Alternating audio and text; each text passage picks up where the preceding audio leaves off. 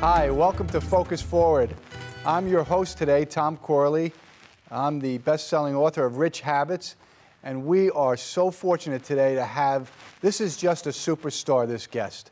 Kristina Ellis graduated from Vanderbilt University with dual majors in human and organizational development and business planning and entrepreneurship.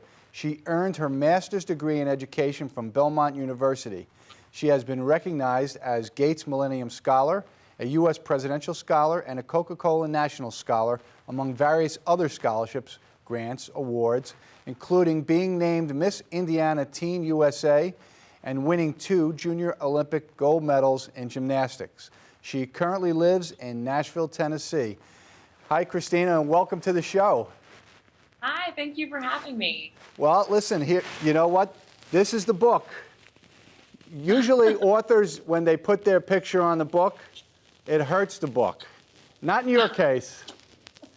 This is a great book, and we are just so happy to have you. This topic is so important. You know, mortgages, retirement planning, and college funding. Those are the 3 things that everybody thinks about 24/7, especially if they have kids. Kristina, you're the author of Confessions of a Scholarship Winner, which helps educate individuals, parents, and students on how to get these precious scholarships, you know, and it seems to me that we always were told you have to be either an Einstein or a LeBron James to get a scholarship. Is that true? That is not true, and that's one of the big reasons that I actually wrote this book, to show students that you don't have to be the valedictorian and you don't have to be the star athlete to win scholarships. You know, I was actually the average student when I set out my quest, and I didn't have the perfect test scores. My SAT was actually kind of embarrassing. You know, I still worked really hard and I pushed forward. I set a goal, I went for it, and I was able to win 500. So even if you feel discouraged and you don't feel like you have what it takes, you could really surprise yourself. There's so many scholarships out there that aren't just for perfect students. So I just really encourage students to try, even if they feel intimidated. Well, what makes you unique is that you have an incredible story. You have incredible insight. And I just want to hear your story. I want our viewers to hear, you know, your story because it is compelling. Well, thank you. My family really struggled growing up. My father was diagnosed with cancer when I was 3, and my family just spent the next 4 years fighting to do anything we could to keep him alive. And unfortunately, when I was 7, he passed away. And my mom is from Venezuela, so she spoke very little English and couldn't really get great jobs that really offered a lot of income. So we slipped below the poverty line and just really, really struggled financially. You know, I've dealt with self-confidence issues and just really struggled to move forward. And one day I just made a decision, and I got so low that I realized that if I didn't choose to push forward and do something with my life, I was just going to completely give up. So I started getting involved in activities. I started figuring out how I could change my situation and choose not to live in poverty my entire life. And my mom actually sat me down the first day of my freshman year of high school, and she said, "Kristina, I love you and I believe in you, but there is no way I can support you financially once you graduate from high school. So you're on your own for college."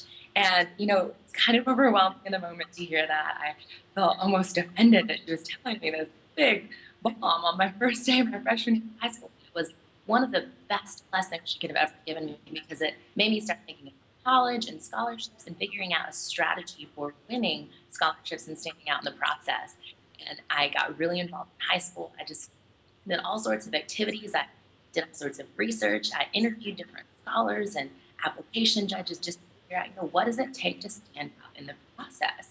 And I put those strategies to work and filled in my applications and was so excited whenever I won over $500,000 in scholarships and was able to go to college and graduate debt-free. So I really am putting my story out there and all the things that I learned so that students can also have that success and not have the financial burden of student loans and the stress of college financing. Yeah, Kristina, you're tapping into something that is, I think people, this information they need to know. They don't believe that these scholarships are available to them. They just simply are not getting the information that they should be getting from the high school guidance counselors. I think part of the issue is that high school guidance counselors don't have a tenth of the knowledge that you have on these scholarships. Is this something that you've experienced? Is this a problem in the high schools? Yeah, you know what? I'm actually from a pretty small town, and I had that same problem.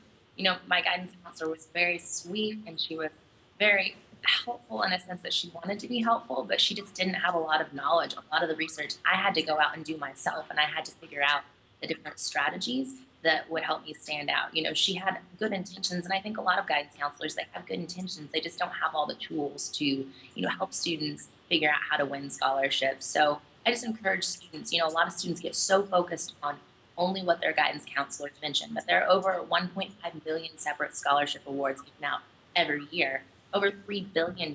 So if you just see that your guidance counselor has 10 scholarships listed, don't give up there. Go out and dig around and find those scholarships that fit you. Well, you mentioned dig around. How do you dig around? What do you do? How do you find these scholarships? What resources are out there? What did you do to find these $1.5 million in scholarships? Well, there are all sorts of scholarship databases available. Now there are wonderful online databases where you basically type in your information, your activities, your interests, and they will wade through the 1.5 million scholarships that are out there and help create targeted matches just for you. Websites like Zinch.com and collegegreenlight.com, they really filter through the process and help you find targeted scholarships that match all of your interests and activities. There are also books out there every year. These organizations go through massive amounts of effort to put these 1.5 million scholarships into a book. So I actually really like books because occasionally the scholarship databases that are online, you might miss a scholarship that actually does fit you, or you might think of you might miss criteria that you actually qualify for. So having these books, you can just flip through the pages and see what really fits you. And I do recommend talking to your guidance counselor. There are a lot of really great guidance counselors throughout the country, and you want to sit down and see what resources they do have. A lot of times when an organization is in a community and they're trying to reach students in that community, the first place they're going to go is where the students are, and that's a school, and the point of contact is the guidance counselor. So check with your counselor and see what they do. Also, if you have the college and university in mind that you're thinking of, visit their website. A lot of universities have pages on their site specifically dedicated to scholarships. So see what's available and what tools and resources they have. Kristina, what makes a scholarship a right fit for you? What makes it completely out of your realm? How does the average student or the average parent, let's say, vet through all of these scholarships and then know I can qualify for this? Well, that's kind of a loaded question because there's so many different criteria to look at.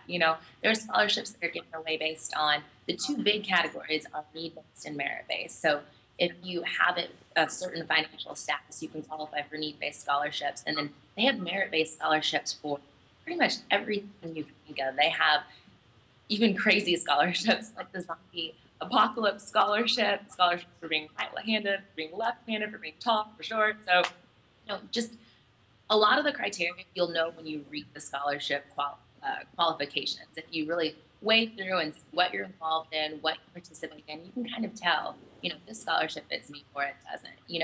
I chose one area to really focus on in high school. I tried to spread everything out, but one area that I particularly focused on was volunteer work. And there are lots of scholarships given out for volunteer work. So, if you're super involved in community service, look for scholarships that really fit in that category and fit you and what you've done. Kristina, do you go to the high schools and talk to the students and the guidance counselors? Because this is something that clearly, this information needs to be disseminated to, I guess, the high schools, the colleges too, but primarily the junior and seniors in high school need to get this information. So, you're only one person. How do you get the information out there other than just your book? Do you have a website that you promote that these schools can go to? Yeah. I have my personal website, which is KristinaEllis.com. I also have a resource website called The College Ninja, and I've posted tips and tricks, and students can get on there and interact with each other and ask questions about college and scholarships and kind of help each other through the process. I'm also on social media at I, Kristina Ellis. Check me out on Twitter, Facebook, or Instagram. And actually starting a fall tour in September where I'm going around to different high schools and speaking to students and parents about scholarships and how to start the process.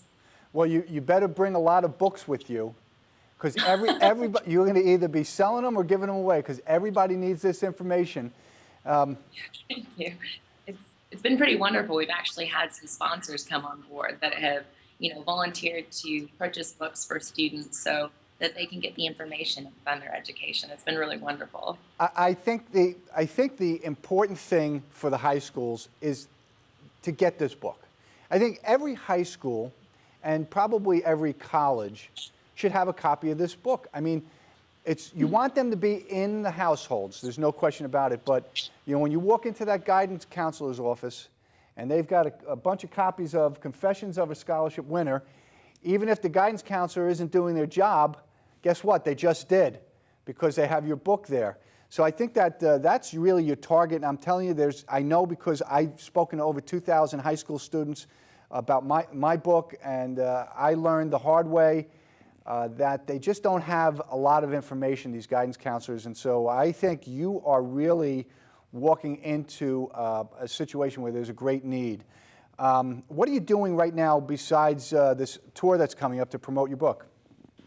Well, right now, this has been pretty full-time. My book came out in April, so I've been doing a lot of articles for different news outlets. I've been on foxnews.com and Justine Magazine, 17 Magazine, doing a lot of interviews and speaking to a lot of students, doing a lot of one-on-one mentoring and helping them really get their applications developed and inspiring them to give themselves a shot and commit to the process. It's been really great. Well, it should be, because everybody needs this information. There's something I like to refer to as the 80-20 rule. That 80% of the meat of anything is what you've got to be looking at. Now, there's a lot of scholarships. What are the bulk of these scholarships? Do they fall into any 1, 2, or 3 categories?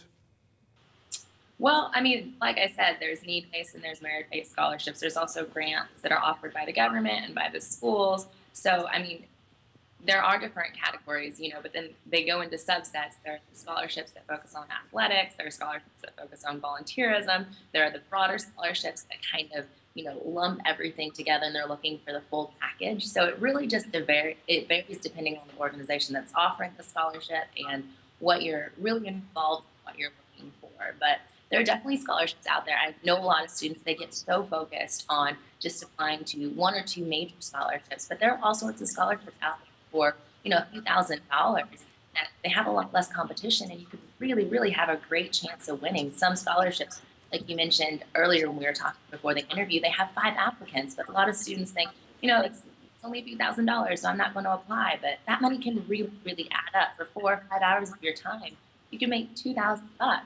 That's a great, great deal for a high school student. Yeah, that's a good point. Some of the scholarships are as low, like you said, as $500. Some of them go up to significant dollar amounts. How many scholarship applications should the typical student complete? I just encourage students to do as many as possible. I've talked to all sorts of major scholarship winners throughout the country, and one thing that they all have in common is they all got rejected for some scholarship. Even if they won thousands and thousands of dollars in scholarships, there were some scholarships that turned them down. So the more you put yourself out there, the more you increase your chances of really doing well in winning scholarships. So, there isn't a set number, there isn't a rule, but it's just, the more you put yourself out there, the greater your chances. So I encourage students just to try as much as possible, start early and get involved and try to put yourself out there, because, college can be so expensive. And if you don't have to pay that back in the future with student loans, it's just such a blessing. Kristina, I'm a parent. I'm sitting with my high school senior. It's September. I'm doing all of these college applications. I'm pulling my hair out. We're fighting. We're yelling. Now we get all of that stuff out of the way, and now I'm going to focus on the scholarships, because I read your book, and I know that they're out there. Can you walk us through the most efficient, or the process? How does it work? How do I even begin as a parent to start this whole scholarship application process? Well, you know what? I actually tell students to start early. If you reach your senior year in September, it can be kind of stressful because at that point, you don't really have a lot of opportunity to mold and develop your application. And a lot of the deadlines come up in September, October, November, and December. So it can kind of be a stressful time crunch. If you are at that spot, there's definitely still hope. Take a deep breath, read my book, start the process. But if you can start your freshman year or your sophomore year, it makes it so much easier because here's the thing, your application is judged on your entire high school experience. So the sooner you start developing pieces to put in your resume, the more time you have to really develop an application that stands out. So it's really important, I think, to develop a strategy. Try not to wait till senior year after you filled out your college applications, after you've gotten through all that, to start thinking about scholarships for the first time. The sooner you can really start creating a strategy, the better. That's one of the things that made my application stand out the most. Fortunately, my mom did sit me down my freshman year and she made me start thinking about this. So I did all my research and I read all my books. I read the articles. I sat down and I thought, how can I stand out my application? I'm not the perfect student. I'm not a star athlete. So what am I going to do? When I started developing little strategies that I could implement, I had 4 years to do it versus trying to stress out my junior and senior year thinking, how am I going to build my application? I had all this time. So it's kind of great to really spread out the process and look at yourself, look at what you can do to stand out. Even if you're not the perfect student, if you're not the star athlete, you've got something unique about you, something different that can really stand out in applications. Judges are looking at these students with potential. They want to know that you have drive and you're going to go on and make a difference in the world. So how can you demonstrate that? Even if your only hobby and the only thing you enjoy is video gaming, you can do something cool. You can create a club, create an online community where you bring people together, help them, and you can show leadership in that initiative. There are all sorts of things. If you want to start a volunteer project in the community, do it. One of the things that really helped stand out in the application was, like I said, volunteer. I didn't just volunteer at the animal shelter, which I did do. I started looking around going, I'm from a small town. There's not a ton of opportunities. So what do I do now? I've already logged almost 1,000 hours of community service. What do I do? And I actually started a shoe drive where I helped ship shoes overseas to Haiti and Tanzania, where people are dying every day from parasites entering their feet. And, even though it was a unique opportunity, it really helped me stand out in the application process, and it, potentially saved lives. So I encourage students to think outside of the box. Don't get locked into what you see right in front of you. Don't look at yourself. Think broad, think big, and think you. What can you do that you enjoy, that you love, and that can help you stand out in the process? Kristina, I don't know if you're the Mother Teresa of college scholarships or you're the Albert Einstein, but your story is compelling. Everything about you just shines. You really are a superstar. Because you talked about not having the greatest grades in the world, this overachievers, you're really a superstar because you're just an average person and you're telling the world, hey, I'm an average person. I did it, you can do it. And so that message, I think, resonates a lot with the students, and it's got to get out there. When do you start this process? I mean, I'm a freshman in high school. Can I start, these scholarship applications? Can I send them out in my freshman year, my sophomore year? Or is it something you got to wait until you're a senior in high school? There are some scholarships that cater to freshmen and sophomores, so you can actually start filling out your applications then. What I really encourage freshmen and sophomores to do is to focus on the strategy. There are so many scholarships that are available for your junior and senior year, because most scholarships do cater to juniors and seniors. So don't spend your freshman and sophomore year really stressing out about the actual application and filling it out, but focus on what you can do to build yourself up as a scholarship applicant, so that when you hit your junior and senior year, you have all these wonderful things on the resume that help you stand out in the process.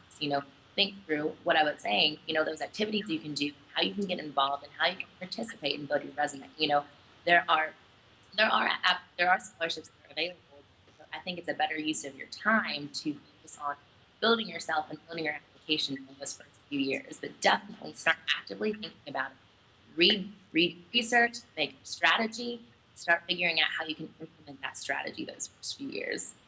And Kristina, this is something that the parent and the student need to work on together, right? This isn't like when you were going through this process, were you on your own on this? Is that why you learned so much, or did you get help from other people? Who helped you in this process? Well, first of all, my mom was amazing. She sat me down that first day of freshman year and she told me that I needed to start thinking about college finances, but she didn't just leave me there. What she couldn't give me in money for college, she gave me in support and love. She was there with me every night that I was in the library till midnight, sitting looking at scholarship applications and creating my strategy. She was there with me. She was talking to me. She was bouncing ideas off with me. She was really supporting me through the process that, it could have seemed kind of boring as a high school student, but she made it fun. She made sure I was having a party and enjoying myself and keeping my focus on the big picture. So parents can make such a huge difference. Even if you're not the parent of a student, but you're an aunt or an uncle or a friend, and you see a student that has so much potential, but they don't have a support system, jump in and mentor that student, be that support system, because it can make such a difference in a student's life. And I encourage students to be creative and don't be shy. Guidance counselors, teachers, community members are often really excited to help students with opportunities like scholarships. Show that initiative, reach out and say, hey, I need help. A lot of people are really excited to offer for that.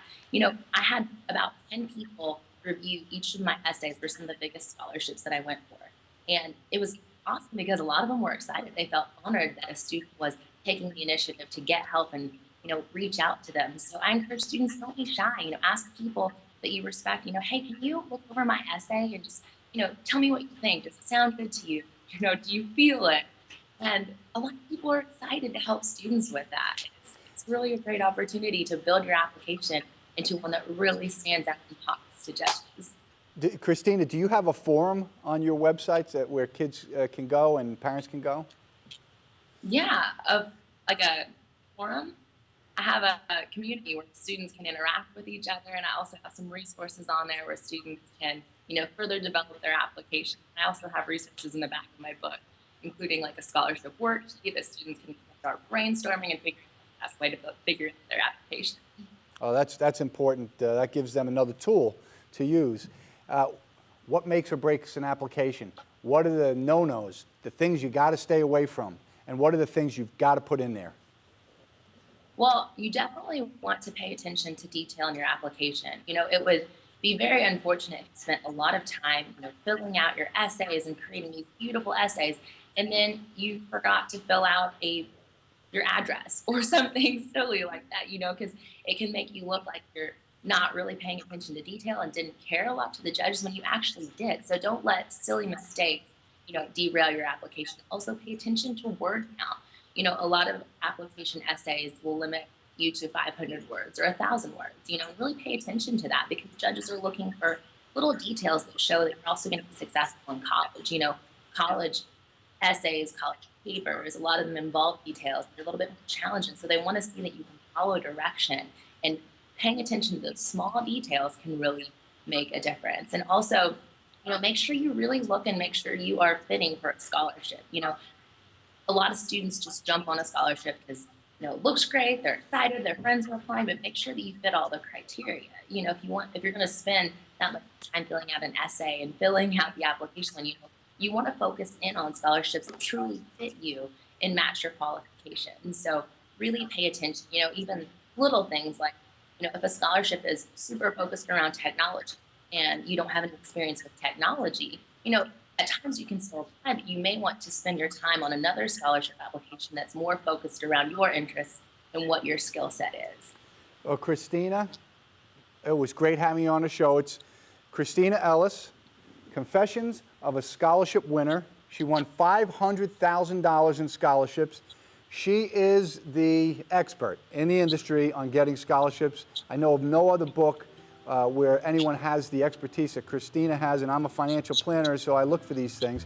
It's really an honor having you on the show today. And boy, I hope we can get you back on Focus Forward when your book becomes a bestseller and you're a runaway hit because it's going to. There's no question about it. So I want to thank Kristina for being on Focus Forward today, and this is Tom Corley, your host.